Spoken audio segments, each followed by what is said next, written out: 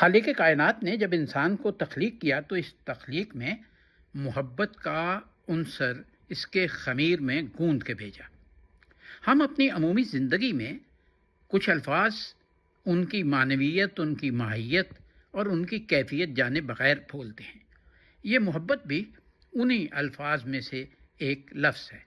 اس کے بہت سے شیڈز ہیں۔ میں اس وقت اس کے 5 شیڈز آپ کو بتاتا ہوں۔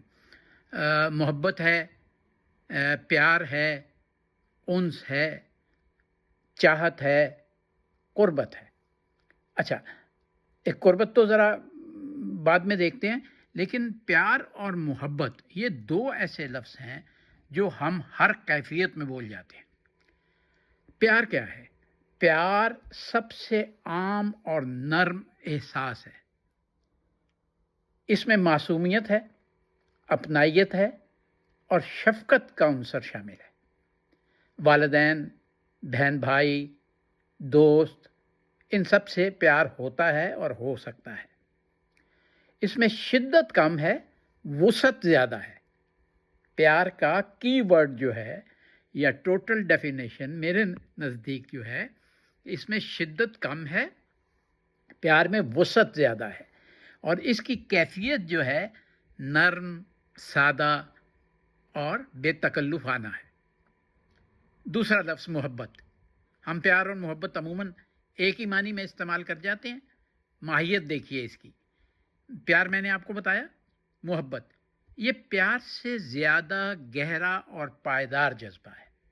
اس میں قربت، اہمیت اور جذباتی وابستگی بڑھ جاتی ہے۔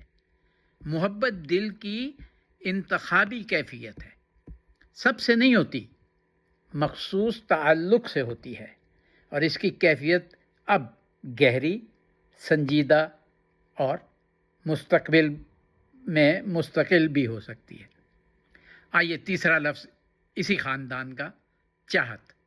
پیار اور محبت کی بات ہم نے کی، ایک قدم آگے بڑھاتے ہیں۔ چاہت، محبت سے اٹھنے والی خواہش یا کشش، اس کو ہم چاہت کہیں گے۔